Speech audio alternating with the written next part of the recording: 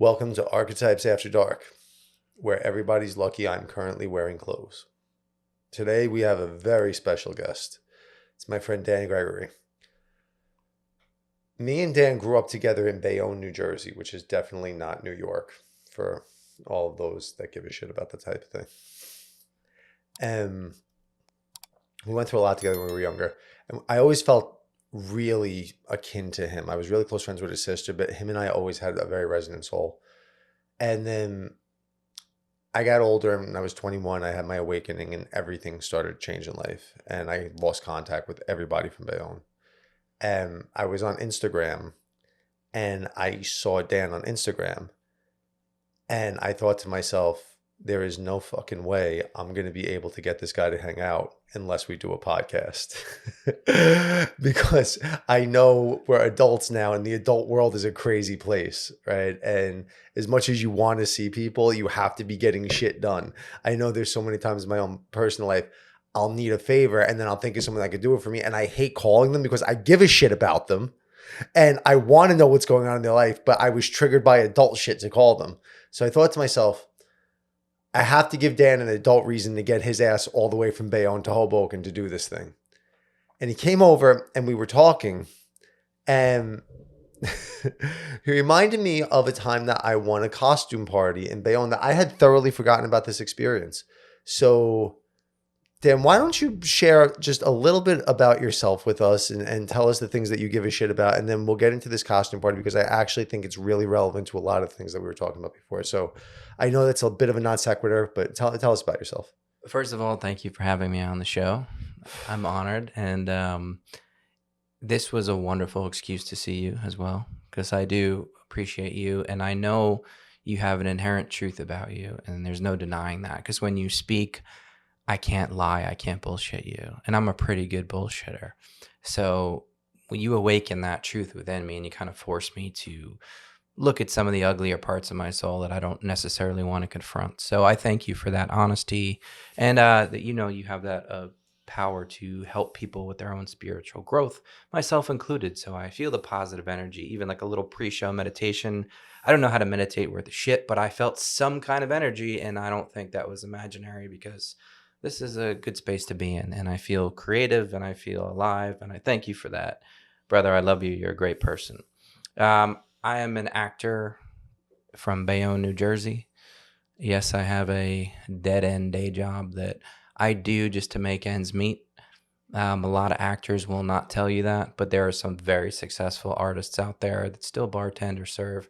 And in my opinion, it's nothing to be sad or embarrassed about. Like, we have to survive as human beings, and I think it's just a matter of time before one of these creative projects that I have been involved with or one that I'm attached to at the moment that I've yet to even film are going to take me to that next level of success. And my goal, which is a huge misunderstanding I think for a lot of people, is not to be wildly rich or successful or to be on red carpets or to be in a tabloid magazine. I just want to be able to live well strictly from my art without any alternate sources of income. And I want to be able to give back to other artists. And I want to be one day, free to just travel as I want and go on vacations if I want, maybe start a family. Even though I'm 41 years old, who knows? If I have my father's side of the genetics, I could live to be healthy into, nearly 100 years old. So more about me. I'm I'd say kind of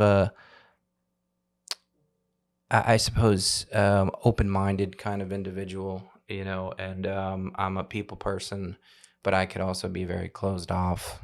So there's a public part of me and then there's also a private part of me. So I'm willing to give you and your audience a glimpse into both sides. So if there's any specific questions you want to know, I feel like this is a really nice opportunity for me to share that. Well, it's really crazy.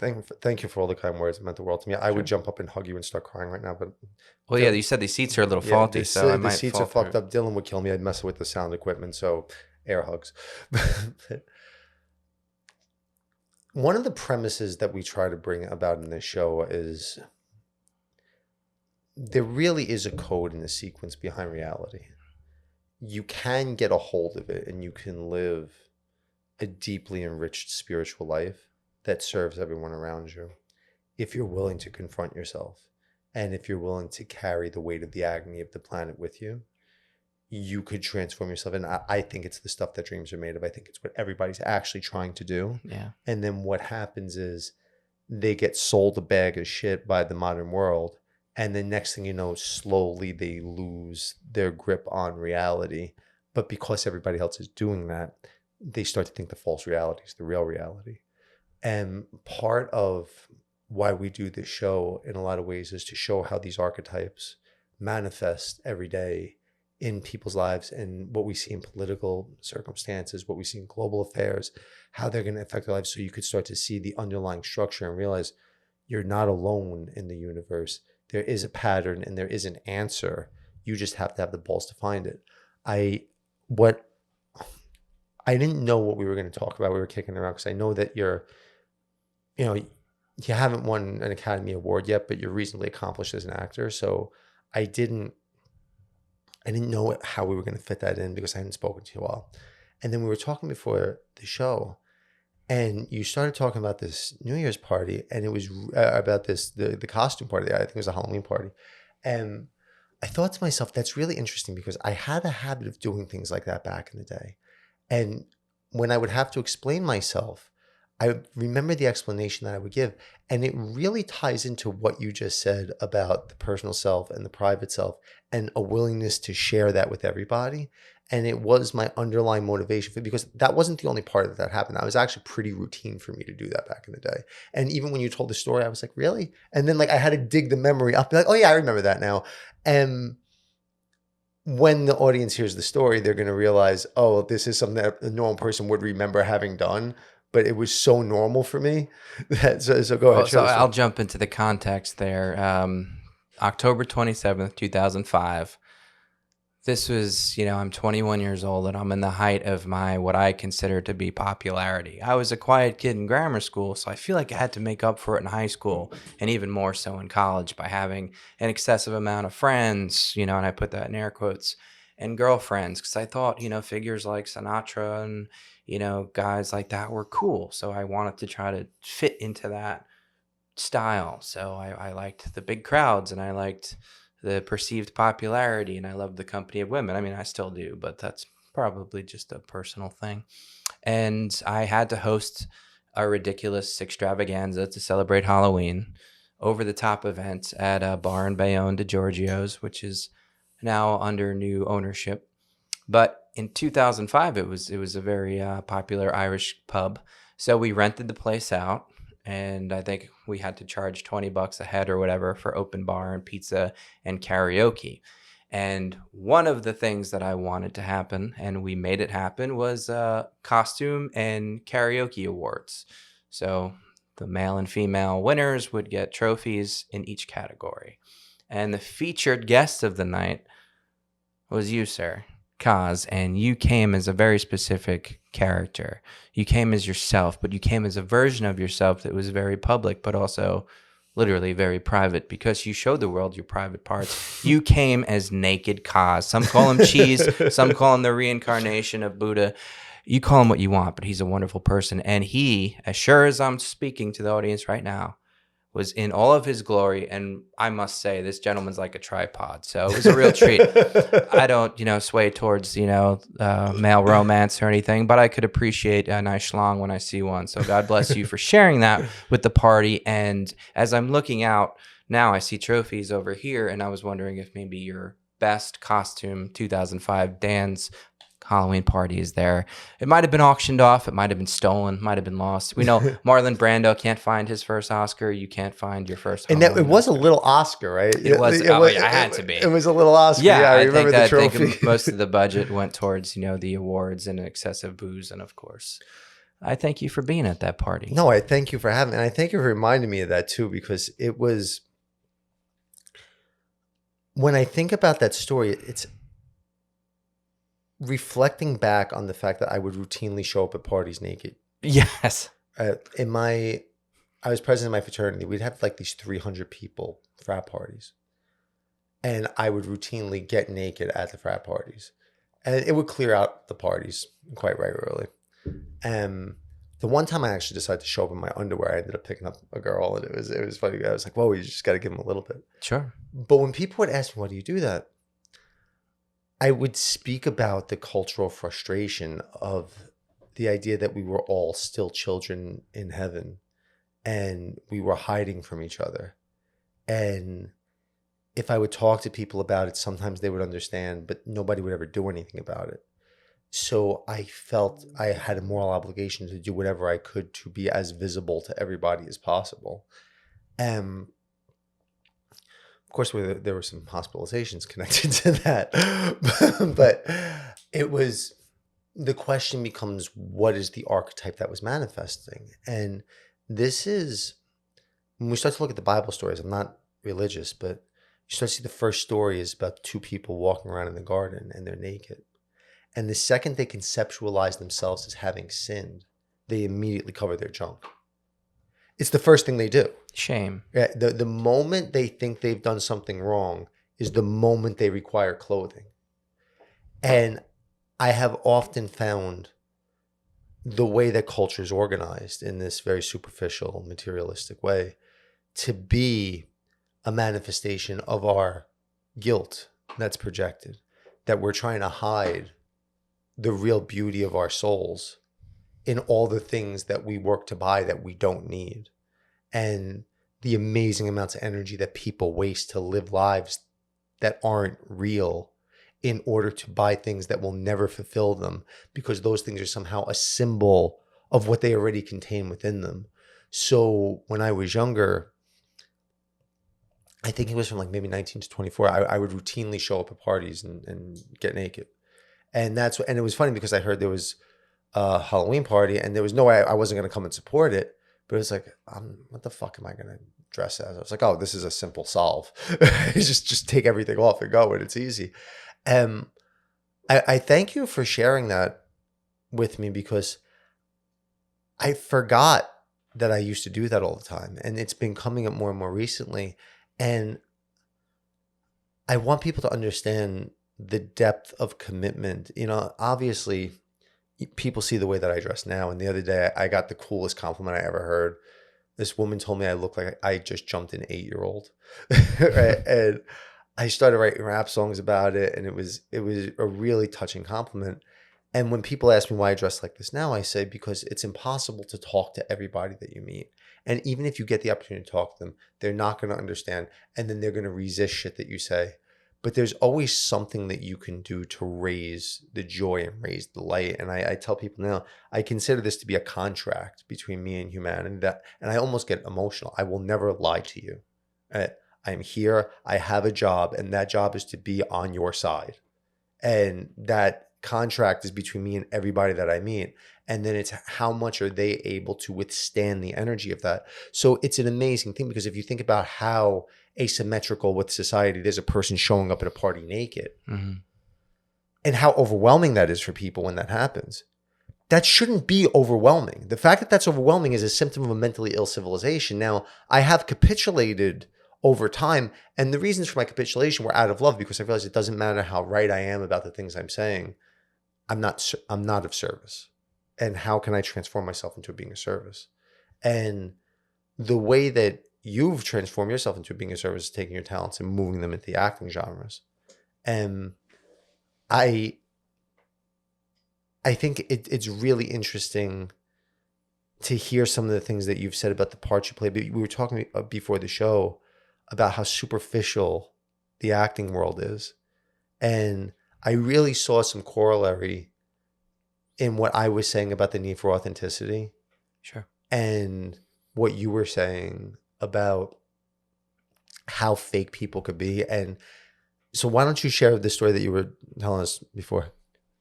Well, I think, first of all, a quick segue into what you just said, more of a response of how, you share your energy. About 10 years ago, we met up in Hoboken just randomly. It was, very fortunate for me. And you told me you were hugging at least 25 people a day. Are you still doing that? I do my best, yeah. I do feel a good, nice transfer of energy from hugging people. And I used to think, well, that's kind of bullshit, but it's not. Like, you could really it's therapeutic. It's you know, it really helps you know, build to me some kind of rapport with other human beings. So I'm always learning stuff from you.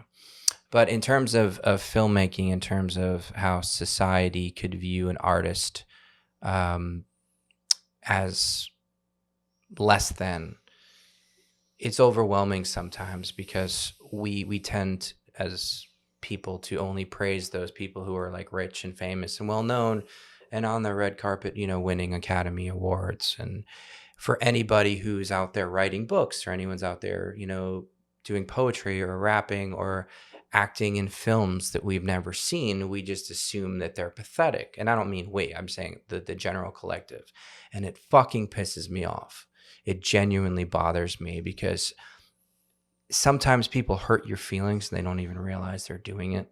It doesn't bother me so much anymore because I feel like I've elevated my consciousness a little bit to just see past it. But a kid I'll never forget asked me, when are you going to make a real movie? To those filmmakers out there, I'm trying to legitimize you right now. Your movie is real, whether it's a 6-minute short that you shoot on your friend's iPhone or whether you have a fucking IMAX camera and you have a $75 million budget. It's a real movie. If you made it, it's real. So don't let people like that discourage you, because I allowed that kind of thing to discourage me for a very long time. And to the conversation we were having earlier off air, basically a quick synopsis of it was that I was talking to a woman who said to me like, oh, and again, she kind of used the same version of like real, saying like, oh, it's cool. Like you did a real movie, you know, it was with Eric Roberts and with Matt Rife. And I was like, yeah, I did. But like that was just a smaller role for me. I have prominent roles in films that I not only wrote and produced, but that other people wrote and produced that I'm super proud of, that may not have had commercial success or have been, you know, a major distribution yet, but I have faith in those projects. And I was ignored or overlooked by certain people. I was on set of a TV show once, and then an actress said to me, when we were exchanging Instagram, so she seemed like she could care less about even meeting me. And then she followed me back. And then this was, you know, a year or two ago when you could see like who follows who, and you could still look it up. And she saw like Matt Rife follows you, and her entire demeanor changed. Literally, like she was all of a sudden like fixing her hair and her voice changed. And she's like, oh my God, like why does Matt Rife follow you? And I was like, oh, I did a movie with him.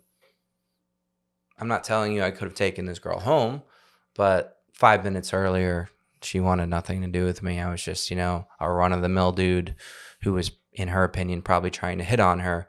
Whilst in reality, I was just doing what I always do, which is network with any artist in the room, because I'm a huge, firm believer that when I'm on the set of any film, whether it's the sound guy, whether it's the assistant director, whether it's the script supervisor, whether it's the custodian, everyone in that room matters. Everyone in that room holds a lot of intelligence, and you don't know who the next person is who is going to be that thriving artist who winds up at the Academy Awards. And it may not be the leading actor or the director.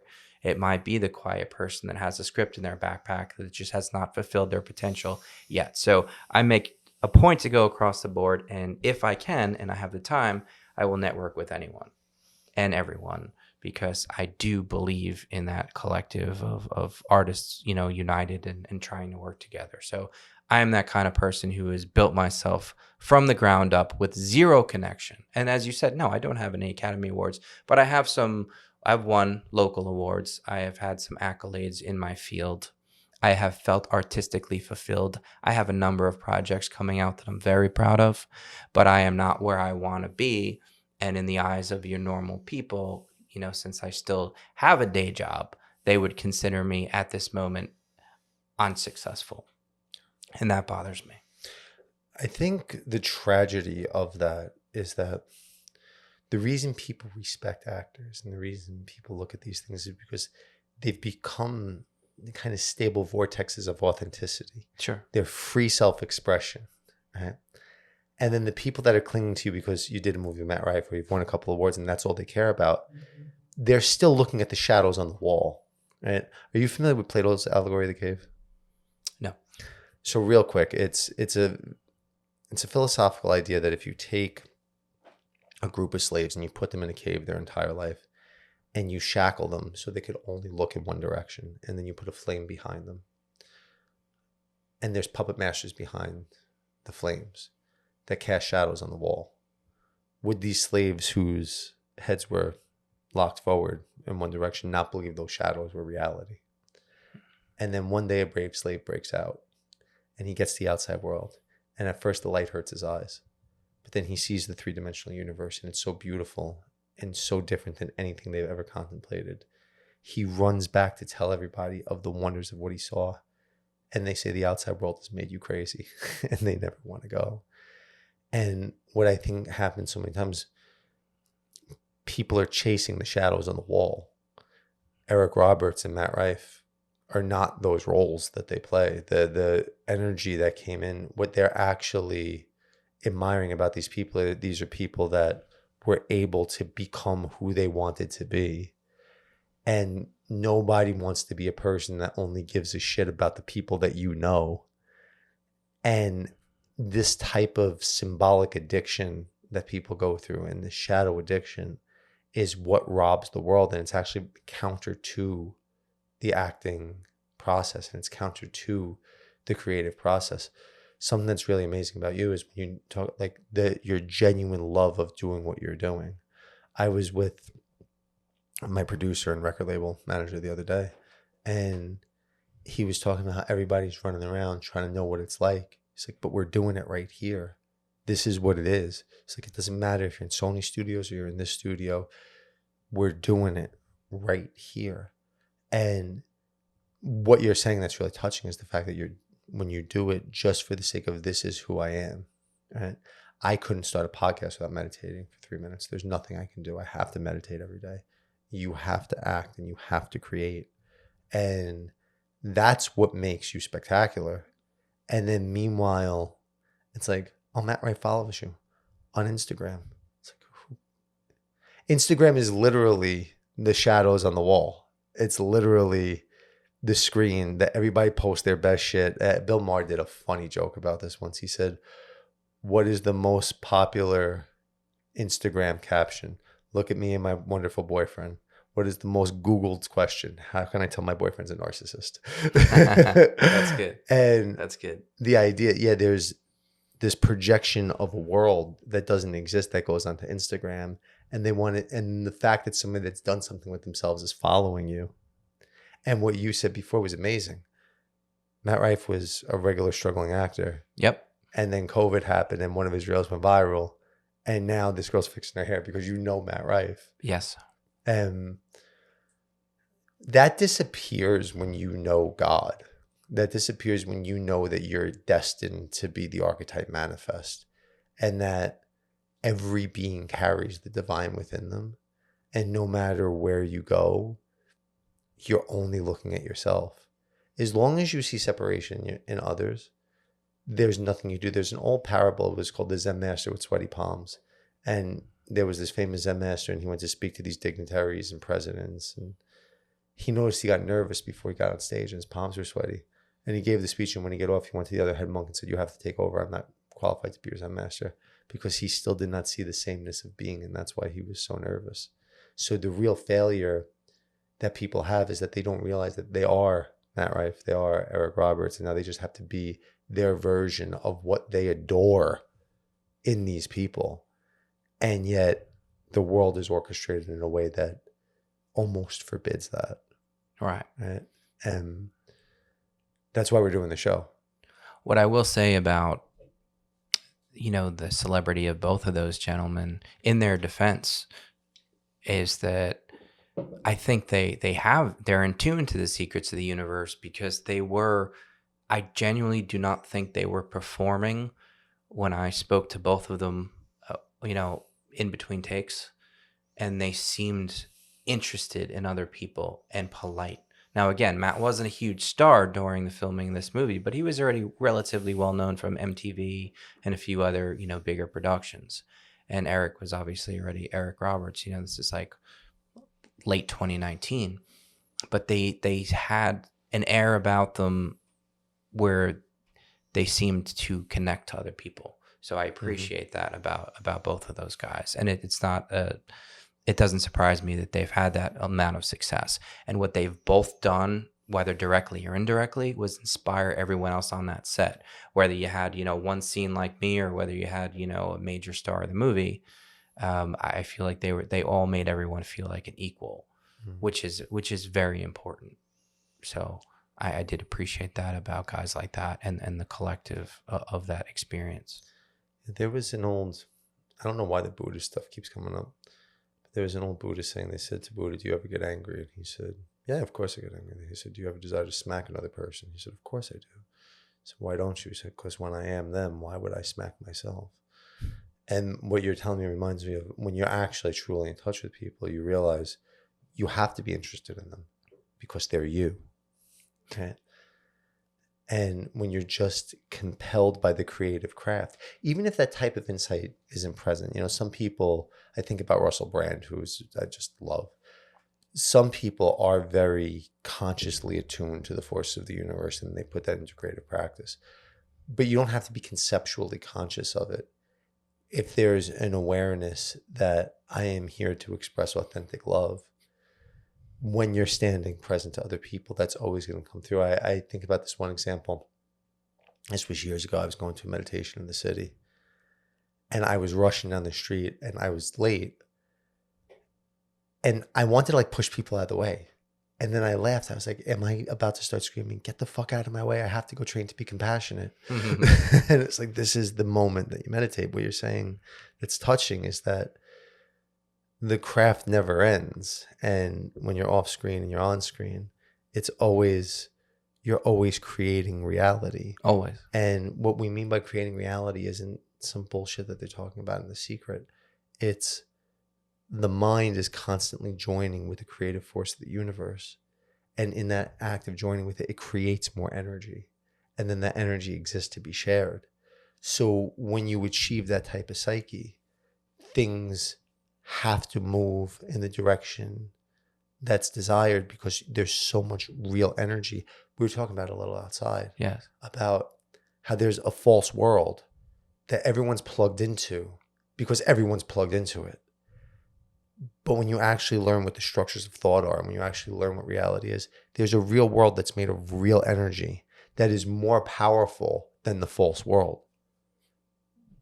But so few people know it exists that it's up to those who do to carry the weight of humanity with them in order to perpetuate the generation of energy that does save the world. And we were talking about this outside too, what we see going on with the food supply, and we see going on with so many people, and they're losing all their energy, and people are 30 years old and they're falling asleep by 6 o'clock.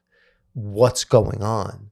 And it's largely because there's no authentic creativity happening, and they're sitting at jobs that are designed to suck the life out of them for money, which is nothing more than a symbol of collective libido. Meanwhile, if they just live their own authentic lives, they could generate the collective psyche within them and produce existence from that. And, when you're talking about the most successful people that most people in the world will ever see or know, that's what they're doing, and that's what your experience with them is. And I think it's a really beautiful model. And I really loved what you said about this girl, where it's like, oh, Matt Rife. And it's like, hold on, you're talking to me right now. Matt Rife's not here, right? I had fucking 3 lines in this movie. I have a whole catalog of work. Yeah. And all you give a shit is about a guy that's following me on Instagram. Yes. Right? If you want to get to I think it's the inner female in you, right? That's kind of like, she's looking at Matt Rife, but you're like, no, my eyes are here, sweetie.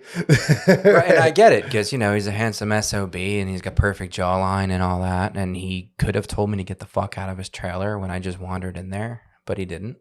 He offered me some Indian food that he had, and I was like, no. And I would text my ex-wife, who was, I was still with at the time, and I said, do you know this guy? And she's like, oh my God, yeah.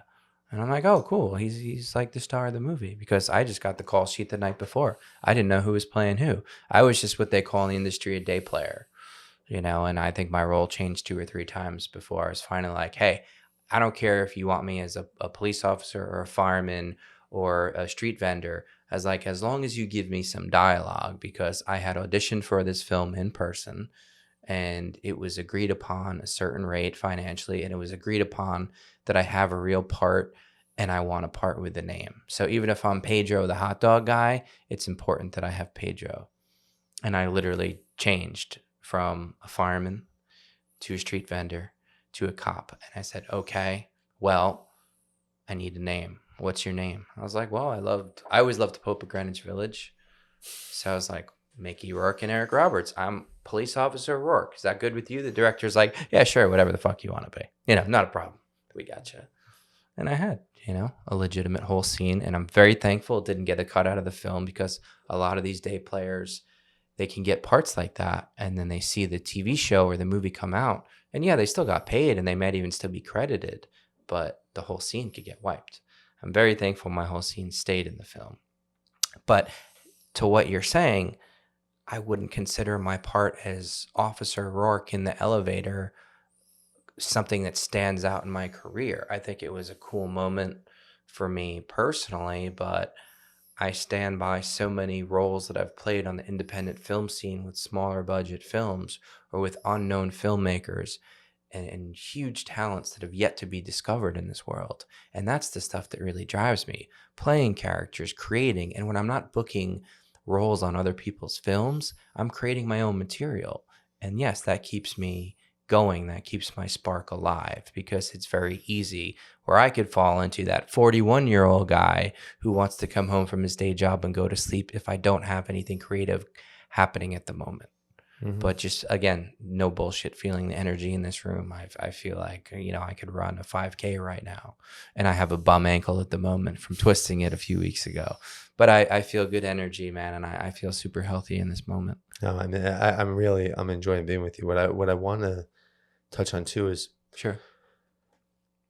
what a lot of people don't realize is when you look at, say, a famous celebrity, what's happening is they're holding an archetypal energy. And they're holding that archetypal energy for the entire collective psyche. So, say, for example, like I've interacted with Alex Baldwin and Louis C.K. a couple of times just in Washington Square Park when they're walking past. And it's very, very interesting because everybody stops when Alec Baldwin walks through the park, and you could like kind of hear a pin drop. And what he is the embodiment of is basically the angry liberal energy of New York. And he walks through and he just commands respect. And I made a joke one day. He looked at me like he was going to like kill me. And I was like, bro. And what that is there's the archetype of the being that is committed to their destiny and they're comfortable individuating and being who they are. But then there's also the collective psyche that's collapsing in them that they're holding. So when they get to that sociological level, they become something of the living symbol, reflecting those energies back to the civilization. So when people are kind of possessed by that thing, it's like, oh my God, it's Matt Wright. Oh my God, it's this person. Oh my God, it's this person.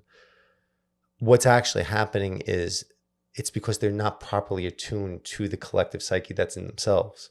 They're not properly attuned to the archetype that's within themselves. And they don't realize that, yeah, when you're interacting, all you're supposed to be doing is loving this person, maybe learning a little bit. Of course, you should show some reverence for their accomplishment. And of course, it's a fucking cool thing, you know, because there's two sides to the equation. Some people are like, oh, they're just regular people. And it's like, no, they're fucking not. Like, regular people aren't going to the Academy Awards. Regular people aren't making tens of millions of dollars doing what they absolutely love. Regular people don't need bodyguards to walk down the fucking street, right? True. At one level, they're not regular people. So knock off like that stupid shit where you're just saying, oh, they're just regular people.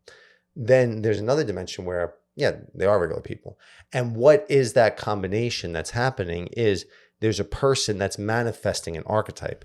The individual person still has to take a shit, still has to fight with their wife. They still have to worry about growing man tits. They still have to worry about all those things and all those stresses. But then there's a dimension where they are the vector point for the collective psyche.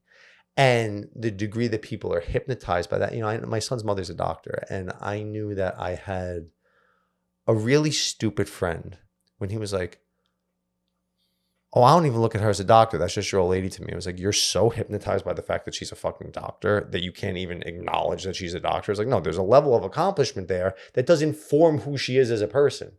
What you're supposed to do is realize that you are equally worthy to hold a space with them and seek to become as mentally accomplished. So if you're with Eric Roberts or whoever you could bump into, and you have achieved a certain level of creative threshold within yourself, it's not overwhelming, because that real energy that we're talking about, not the shadows on the wall, the actual generative principle of the universe, it structures itself around these archetypal constructs that are present and allows for the generation of energy. If you could start to generate at those levels, you're not hypnotized when interacting with those people, but there is a reconciliation of the opposites where you realize at one level, this person shits, this person gets mad, this person goes through all the same things everybody else goes through, and they're God incarnate just like everybody else on the planet. And at the other level, there's something remarkably fucking different going on here, and you have to put those two things together. The thing that becomes heartbreaking to a degree is you as a regular person, and it's an interesting place to talk about what happens to celebrities, right? Because you're a person that's worked tremendously hard. I've known you for 20 years. And when I saw you on Instagram and saw that you were still acting, I was not surprised at all, because I knew you. I knew how much spark was in your soul. And I saw that you were still doing it. And to have that experience of, this woman doesn't care about my whole body of work. She only cares about the fact that I know this guy. And she doesn't even give a shit about his body of work. She just gives a shit that he has a name and a nice jawline and everybody knows who he is. Right? Fair. And it amazes me because, yeah, your body of work is real. And it just speaks to so much of why the world is lost. And what I want to do is, to whatever degree that we can, I genuinely believe that we're better off not being didactic in conversations and telling people this is how you should live and this is how you live. You transform yourself by example.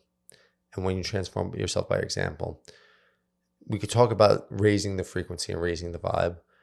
What I actually think happens is that everything is connected outside of time and space, that there's a geometric template that is informed, that informs the structure of the holiness of our lives.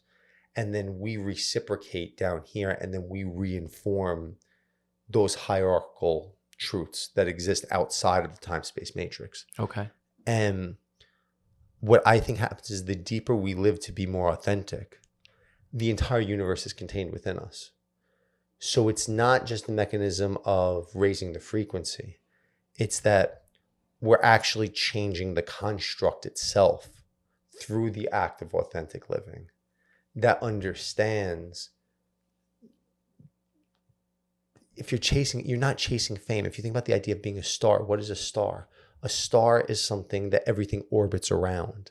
It's something, and I believe that stars are conscious, and that every human being is actually destined to one day become a star. And we go through incarnational cycles until we become stars, and then move even beyond that. So what they're doing is, imagine being the sun. How cool that would be. But instead, they want to talk about Matt Wright on your Instagram. Yeah. Right. And I think that's why we intuitively struggle with these things. And I think if you had that girl sitting here and we spoke to her about that, yes, she would have a different take on it, because she would realize how fucking ridiculous it is. She would. And this is something that I see in everybody. It's amazing, because the line between good and evil lies in every human heart. That's a Solzhenitsyn quote.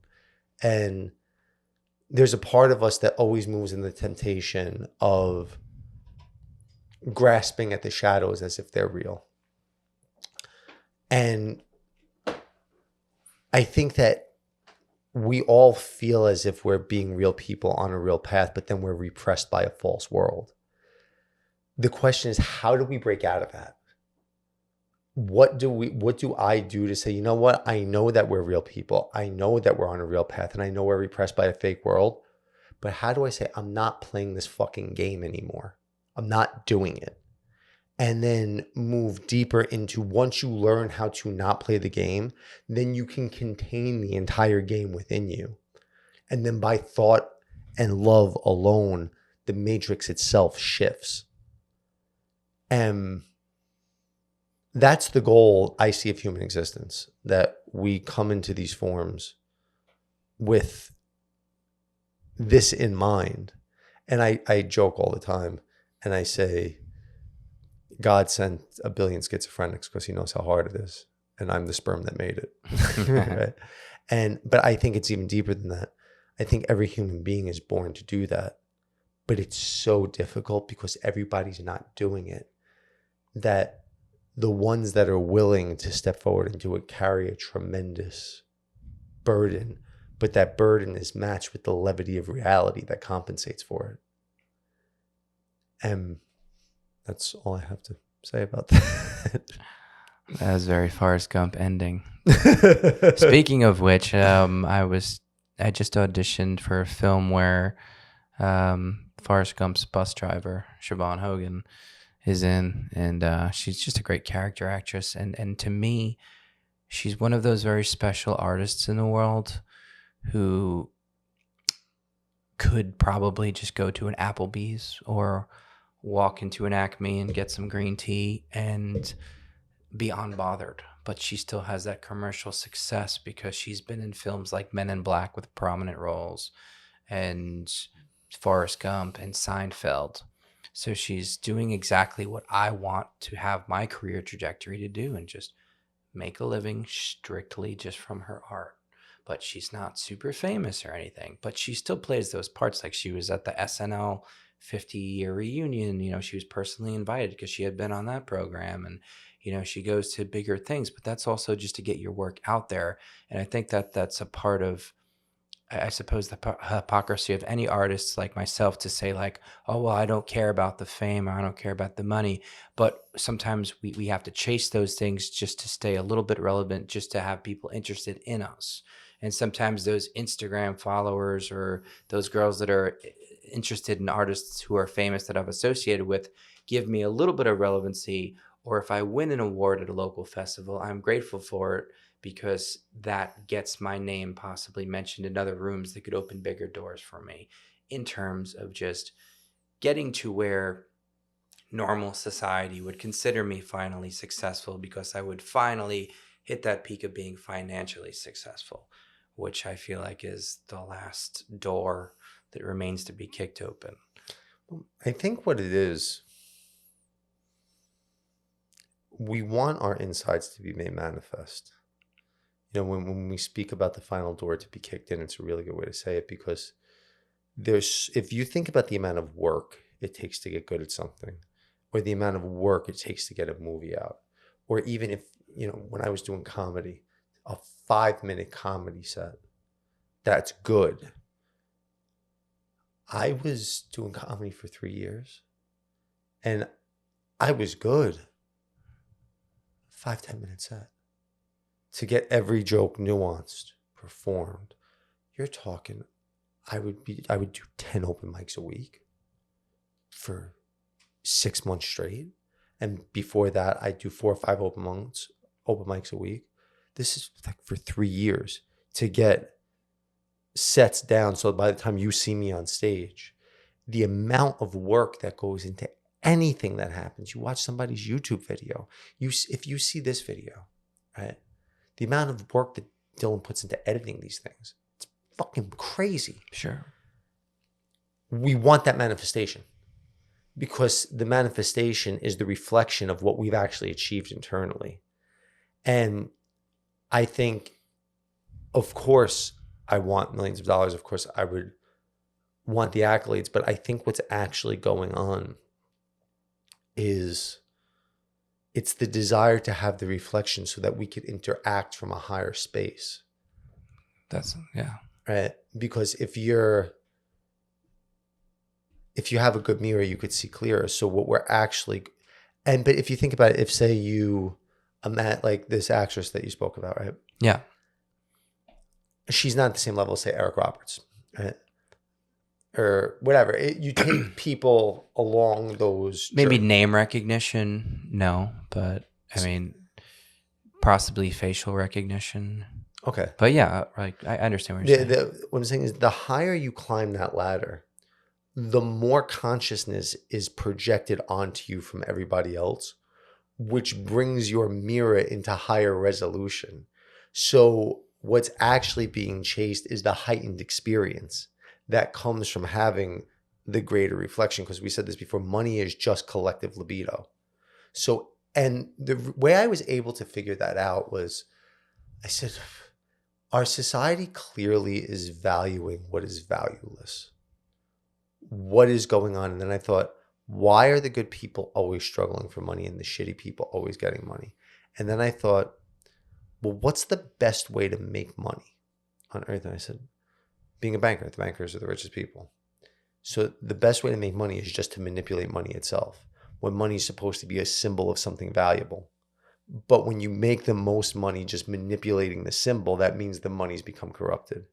And then you start going down the ladder into sociological value, and you realize that everything is libido, and libido is not just sex. It's the creative impulse of the being that can manifest sexually, but it can manifest through the arts. It can manifest intellectually. It manifests heavily psychologically. And then it hit me that money is a symbol of where the collective psyche is at, and the amount of money you have is a reflection of how deeply you've interacted with the collective psyche. And that's why you'll have people at levels of acting where, because there's such a genuineness, that genuineness is not valuable to the collective psyche. But if you break through, now what's happening is you're now a symbol of the collective. And as the symbol, then the money generates. And what our real desire is to become the living symbol, right? And that's where I think artists need to lose the shame around wanting to be famous. I think the shame is connected to the fact that we don't know what we're actually desiring, right? When I rap, and I was doing comedy before the lockdown started, and I was cast as Hamilton, and I was doing a lot of those things, and I'm doing rap in this podcast now. My goal is to become the living symbol, to allow the collective to transform through me. It's the only thing I care about. And I think that that's why I spend my time satisfied, because every moment, every thought, every word is just committed to that goal of allowing the collective to transform through me and waiting to see what happens next. And I know that when I look at it through that lens, it's very scary, because it's a very spiritually powerful position to find yourself in. And you see the miracles happen around you all the time. And you see the way the universe will bend to serve you when you're acting with integrity. Yes. And that level of power is horrifying. And it's a lot easier to quest being a fucking shadow on a screen than it is to actually become the living vector of the psyche that is moving to transform the psyche through themselves. Because it's a tremendous sacrifice. Your desires are now shared with all of creation. You no longer exist as an island. Even though you're an individual, you now exist as a unified construct with all other being. And intimacy is the natural place that you're mandated to find yourself in every moment. And it's bone chilling. So it's just a lot easier to be like, oh, Eric Roberts. Well, yeah.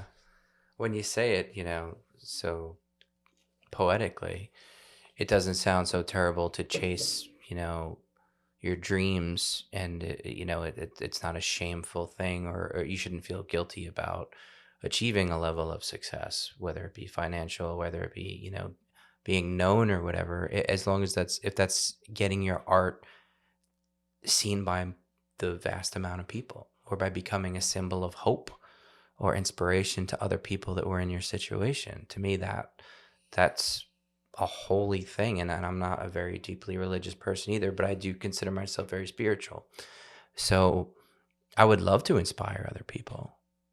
I would absolutely love that. And if by becoming my highest self and doing my best work and reaching that level of fame and getting that money, it wouldn't be for evil reasons. It would be to inspire others.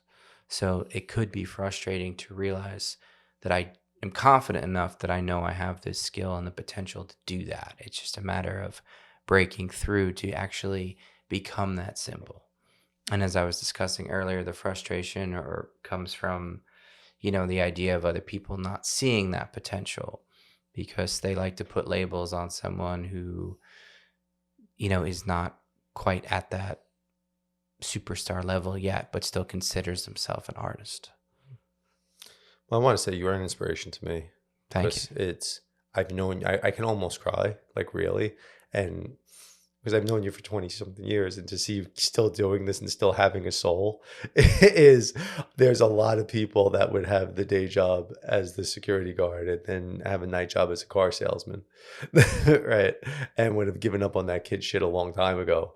I wrote a rap line about it. They said, there's no sign inside of slowing up. My insides, they keep blowing up. My friends tell me try growing up. It makes me feel like throwing up.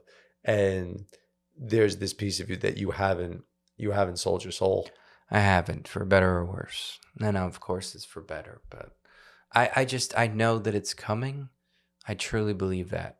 And you said before, we might have been on the phone when you said it, that time is not linear. So it's happening somewhere that I can't see at the moment, at least from this 3D perspective. But I'm confident. I know good things are coming.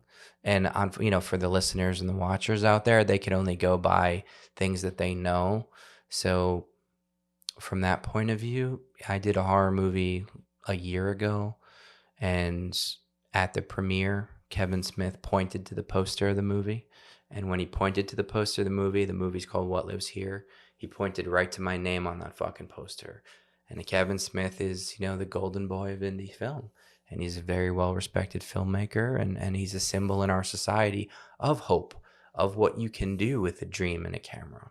So even though he didn't shout my name out personally, he did say, hey, come see What Lives Here. It's Modcastle Cinemas, yada, yada. And I think because of that, it's gotten some eyes on the film, and it's been successful in film festivals, and it will be in distribution soon. And then whether it winds up on Shudder or Netflix or Prime or any one of these services, I think that's going to put me in more people's living rooms, and then they'll see that I'm not fucking around here. And I hope that inspires them to maybe go on my website or go to the Brightside Film Festival in Jersey City and sit in the little screening room and watch the performances that I bare my fucking soul in, and sometimes my bare ass, just like you once did at the Halloween party. Because I'm one of those actors, like, you'll see when it goes major, but like I'm one of these dudes that, like a Tom Hardy, like I'm not afraid to bare it all. I will cry, I will scream, I will show my nuts on the screen, if the part calls for it. And, I'm super proud of, whether it be a feature film like What Lives Here, where I have a supporting role, or whether it be a leading role like Betty in a short sci-fi film that I just shot a couple of months ago with the wonderful Shoshana Withers, Letitia Buchanan, and Eddie LeBron, who, if you don't know their names now, you will in the future, because they're just wonderful artists who work hard and they make fucking magic. And we did it on a tiny little budget, one day in a studio, Wow. that probably should have taken 5 or 6 days to do. And we did it all in like 7 or 8 hours, because that's what we could afford to do. But I've seen the cut of this. Wow. It's going to be a monster. And I play a horrible, despicable, nasty character named Dr. Banta, who is creating AI robots and manipulating them. And there's a whole cool story behind it, which I can't tell everything, but see the short film Betty. Check it out on IMDb. Check it out on my social media, which I'll share at the end of the show with everyone. But those are the kind of projects that really light me the fuck up. Even I could tell my voice changed. I didn't try to do that. I didn't try to do that on purpose. I could see it. It was amazing. It was some amazing. things I feel like I have to plug because they're a little more prominent. Which I will. If you give me that opportunity. Please plug everything. But it's sometimes the smaller things that I write or just, do for a friend of a friend, that make like $100 cash or something and have to take the day off of work to do it. I love doing it. if I didn't love it, I'd be in deep shit. And believe me, I've had some pressure from family and some outsiders to get that night job. Like, hey, if you supplement your income doing security with another gig or you work overtime, you'd be making a good living. What you have to do, though, is you just have to say, you can't say it like that. You have to say, if you supplement your income with another gig, and then fuck off. Right? If I took another job that just didn't agree with my soul, I don't think I'd still be here. Yeah. I think what's important is in a lot of ways to realize we are the living symbol already. Right. And what happens is when the carrot's on the stick,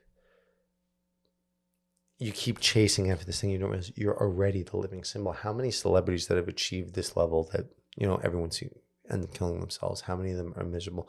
You look at people, it's like, would I want to be fucking Anthony Fauci? Would you know what I mean? Would I want to be Alec Baldwin? Would I want to be any of these people? I look at these people and they look miserable. I would love to be Jim Carrey.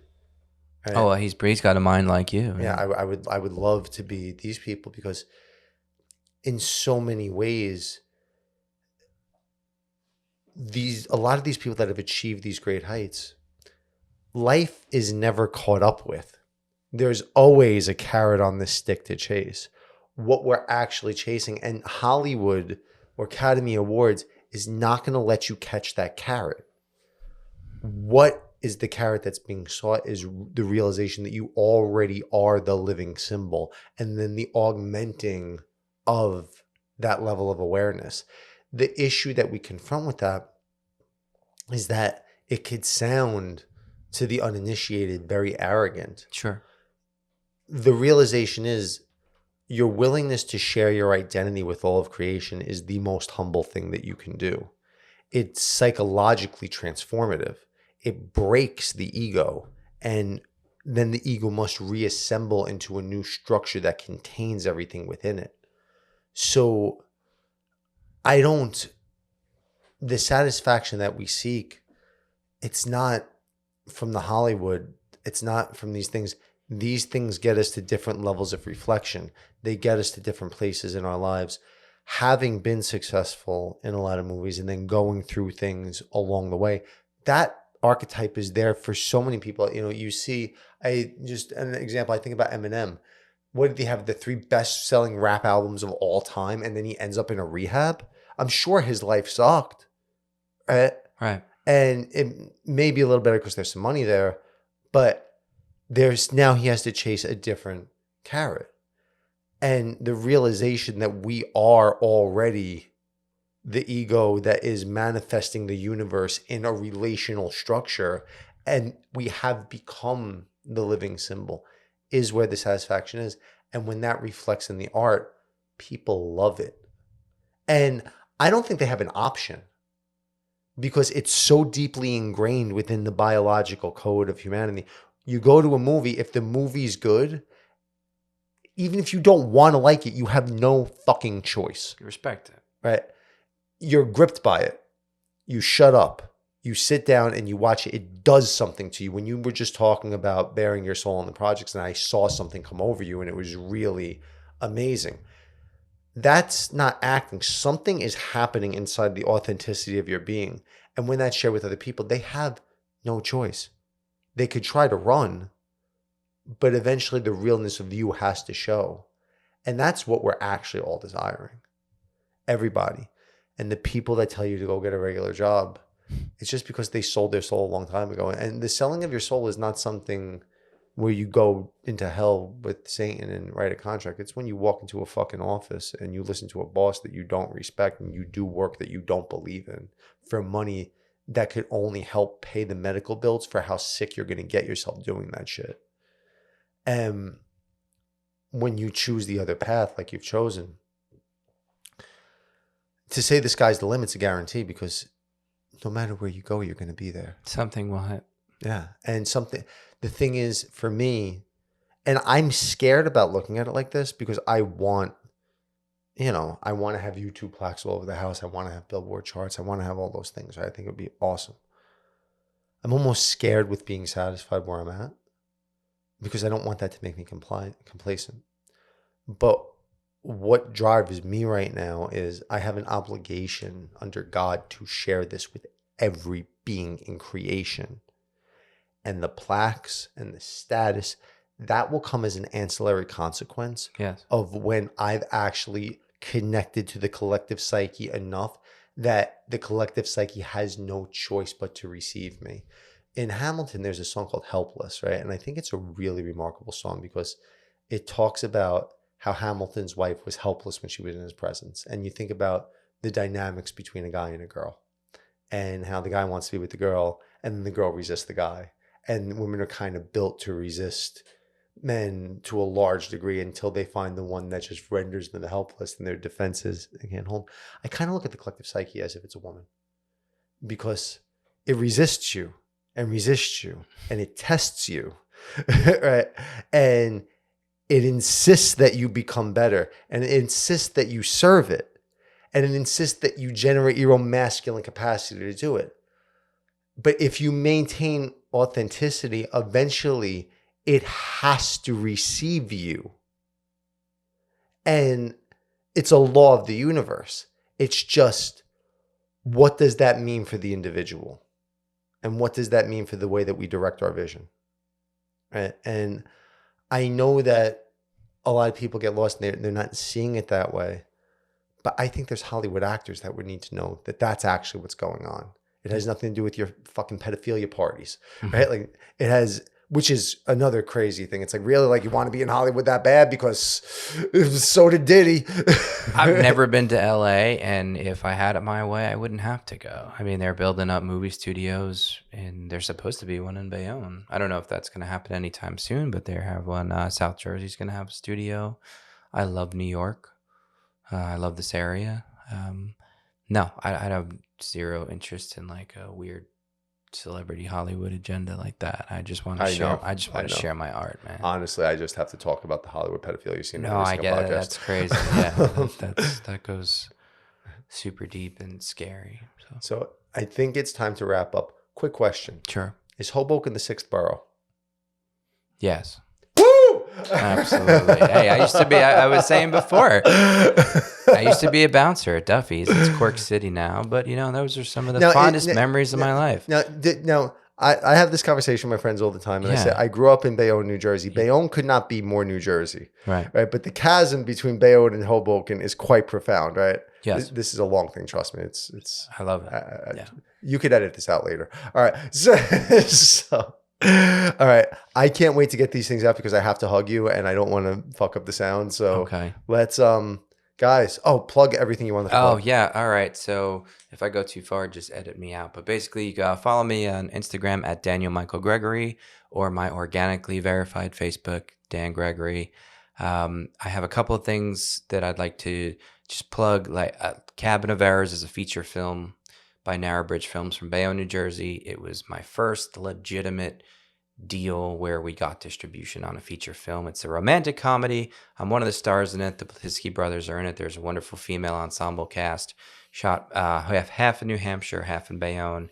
It's streaming on Tubi, streaming on Amazon Prime. Check it out.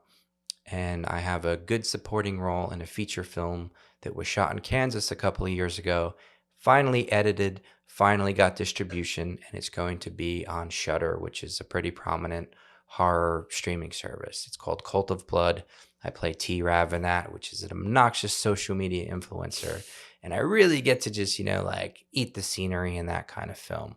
And as I was telling you before, playing Dr. Banta in the short film Betty, which is now going to major film festivals, I really get to be opposite of what I'm being right here. And I'm giving you my authentic self, but I get to bend and stretch and play big and scream and yell and use voices. And I love doing that stuff because I like people watching my characters and saying, well, that's not like you at all. I like to keep them guessing. So call me a character actor, call me, whatever. But I love doing it, and it genuinely sets my fucking soul on fire.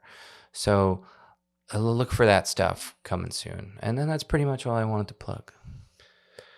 Dan, you have plugged me into eternity. Thank you, brother. Thank you so much. And I don't know what the fuck we're going to do together, but this is the beginning of a I know you're life. going to make me a better human being. Yeah. and where this is. I'm so happy that you're here right now, and thank you for everything. Thank you for having me. This was fun. And can I move these out of the way and get the hug on camera? See. Get it on camera. Let me too go.